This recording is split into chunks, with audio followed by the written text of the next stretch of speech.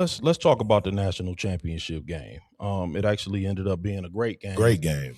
Indiana won 27-21. Um, I thought that it kind of looked the way that I thought it would look to a certain extent. Indiana played clean, very good fundamental football team, and you was gonna have to beat them in a possession game. Now, to Miami's credit, they did. The big kid was a Fletcher, I think, the running back. He did beat him on the outside zone. That's the first time all year I saw the outside linebacker failed to come down and set the edge, and he beat him to the outside and got a long touchdown run off of it. So shout out to them. The Miami made some great plays. But it's hard to beat a team that they don't turn the ball over, no fumbles, no interceptions. You know what I'm saying? Like, they just play a great possession game, man. But what did the People's Champs see in the national championship game? Miami's punt team is going to beat themselves up for the rest of their lives. Oh, yeah, you talking about that block punt. Yeah. Yeah, that changed the game. Yeah, that did. That definitely changed. That was the difference. Yeah. That don't happen. That Miami wins. And that interception at the end. Well, that's but that was more, I think that's more so you have to take a shot. Like, you have to score a touchdown. But he had time. They lost by 4. They lost by 6. 4 6. Yeah. Either way. Yeah, 27-21. But but that's the thing. Like, Indiana's not giving you any of those plays. Like, they're going to get some of those plays on you. You're not going to get none of them plays on them. That's what they've been doing. Like, even the teams that play them even, they tend to get something on you that you can't get on them because they play so clean and fundamentally sound.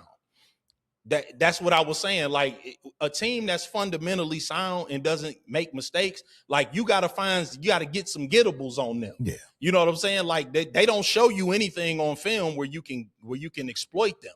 Yeah. And well, that's why they're so good. But go ahead, man. I ain't mean to. No, you're all good, brother. Yeah. I mean, I knew that, Cristobal would have the guys ready, especially in the trenches. He's a trench guy. So, physically, I figured they would be okay with that type of game, and Indiana would definitely be okay with that type of game. So that was fine. I mean, honestly, for me, I thought the game would be close, but it would come down to Carson Beck. I honestly, you can ask people that I was Right. watching. You said it last week? You said it. Yeah, I said it was going to be Carson Beck. And I'm not saying that the loss solely, but No, I knew agree. eventually a bad critical play he would be attached to that would affect the outcome. It is unfortunate because up until that point, he played well. He was playing solid. You know what I mean? And I was like, dang, that would be cool if he came down and won this. But I think with Indiana, it's just kind of messed up that we live in a world now where we're just kind of desensitized to just like actual good stories. Yeah. You know what I mean? Because what they pulled off is really, really, really ridiculous when you think about it in the grand scheme of things. So where do you think they rank among all-time teams? Because that's really been the conversation all week. Well, I think that's where the mental gymnastics kind of come in. Yeah. You know what I mean? Like, what they done really was awesome, but it's like, okay, let's not say that these guys are like the 0-1 Hurricanes. No, or the 2019 LSU. Or the 2019 that had LSU Jamar Chase and Joe Burrow. Joe Burrow Jefferson. literally could have threw 10 touchdowns in the national championship game. Like, literally, that could have been a thing. Yeah. So I think the story is bigger than the actual. Listen, I think they're one of the great national championship teams. Yeah, for sure. Because of the structure and how many games you got to win and all that good stuff. But I agree. I don't think that you're going to see 10 NFL players off this team or anything like that. I think they're great for the same reasons. And I'm not comparing them, but I'm just saying for the same reasons that Jerry Rice is the greatest receiver of all time. Not because he overwhelms you with physical ability, but because he's fundamentally sound. Like Jerry Rice, like if you want to go look up the greatest route runner, Jerry Rice, he was the best route runner to ever do it. He could set you up like he could beat you on a 9 route, not because he had the most devastating speed, but because he knew how to set you up to beat you on a deep route. He didn't win every slant route because he was the fastest or the twitchiest off the line. He just knew how to set his man up to turn him around, get him going one way, and he went the other way. Yeah, like he was the greatest route runner off the line of scrimmage. That's why he's the greatest receiver. It wasn't because he ran a blazing 4.2 or anything like that. He just was so good technically and fundamentally off the line of scrimmage that he could beat guys that were better athletes. He just was just so fundamentally good. And that's how I view Indiana. Indiana is so fundamentally sound and technically good. I don't think they turned the ball over since November. Like literally. They didn't get a ball away since November. Like I would have to look it up, but it's been a long time. Like they don't give you anything. No, they're polished. They're like a throwback. Like they're like a throwback Alabama. Like a throwback like Penn State. Don't give you anything.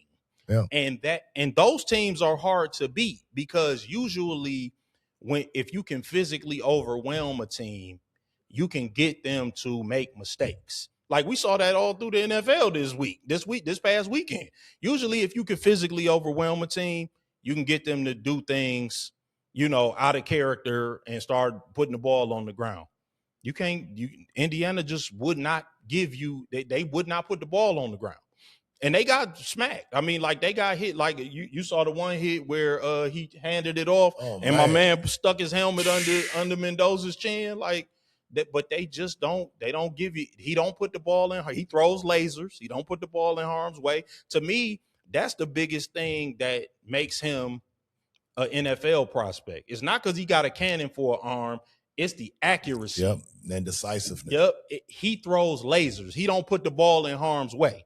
And if you look at these young quarterbacks this weekend, to me, that's his best attribute. The best attribute that Mendoza got is Mendoza don't put the ball in harm's way. He throws lasers. He puts the ball right on the receiver every single time. Like even the incompletions he had, like the one to Surratt, Surratt dropped the ball.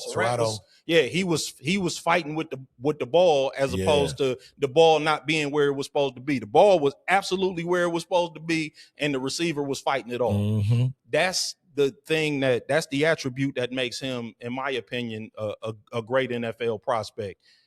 He can move. He's slick, but he gonna have some other things to learn. But the accuracy is what I like the most. But I'll let you have the final word on it, man, before we move on to a little NBA conversation. Well, no, I think for me, I'm interested to see how Indiana moves forward. Yeah. So I have a question. Go ahead now. So what does their win means for the future of college football? Because I think that's another talking point that's been talked about a lot this week. Because, historically, Indiana, let's be real, Indiana was not a great program. Sure. But 2 years, first off, it's simple. I win, Google me is probably a top 5 all-time quote. Oh, absolutely. But yeah. What are you, 26-2 since he said that? Yeah. Yeah. So, but what does this mean for the future of college football? Because I think a lot of people are seeing Indiana's win right now and just be like, oh, well, anybody can do it. And I don't think that's necessarily the case. I think this is a situation that was lightning in the bottle. Not to say that it's just going to end now. Mm-hmm. I think their situation is unique to them in like a Texas Tech. Mm-hmm. I don't necessarily see a Kentucky or a Arizona State or a Mississippi State. I don't like people just assume that I think it means more for the Blue Bloods in that, oh, if we're not winning by year 2, then we might need to make a change. But I wouldn't expect just any team to just start popping off and just becoming relevant at this point. Well, first of all, I agree. And then I'll pass it over to the People's Channel. But yeah, I mean, first of all, that's disrespectful to Indiana. No, not anybody can just do what they did. There was more to it then first of all, Cignetti is a hell of a coach. Yeah. Because to get a group of young men, and I understand that they had a lot of seasoned college football players, and that's, that's a nice way to put. They had a lot of guys that were a lot of 5th and 6th year seniors, but to get a lot of young guys to play disciplined football is hard. Yep. That's hard in college football. And they did. I mean, again, guys not getting out of position, guys listening, guys not committing a lot of penalties. To me, that's more difficult than actually drawing up explosives, like being a great play caller or recruiting a lot of 5-stars. To me, getting a lot of young guys to commit to playing disciplined football is the more complicated task. So if you are looking at the Indiana program, I suggest that you examine the way that they do business in terms of how do you get everybody to buy in to being a disciplined program, being a program that is low penalty, being a program that is low turnover, being a program that's where guys are never out of position on the back end, where there's communication on the defense, communication on the offensive line, where the running backs run hard, 2 running backs that run the same exact way. You know what I'm saying? Like receivers run the routes the right way. Like that to me is bigger than just, can we get enough guys or can we rebuild the program in a year? Because what you see with a lot of these college football programs is sloppy football, man. But I'll turn it over to the People's Champ. Well, no, I mean, a lot of the points that you made were a lot of the questions that I have that I think when you look at Indiana, I think going forward is what I'll be having, my eye on. I wonder now that the spotlight's on it. Mm-hmm. He's not going to, ain't going to be too many more years with just 8 4-star recruits. Right. Yeah. Them days is over. Yeah. We talked about it earlier with Fat Joe. Mm-hmm. Yesterday's price is not today's price when you're talking about Indiana. So I wonder how it'll look going forward after this year. Like, was this year really a culture changer that stays and permeates the football program going forward?